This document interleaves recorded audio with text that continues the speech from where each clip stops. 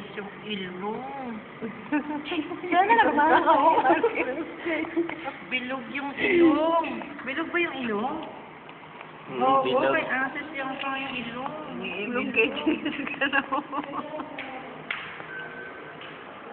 Celebrate So, ay, ilong niya kamukha ni Jessica. Muntakpan yung bibig mo. May video ako pa eh.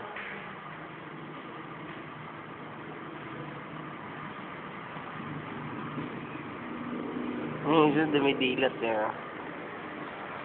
Galbo yung isa o, tingin mo, galbo. Kapag rin ang buhok mo din.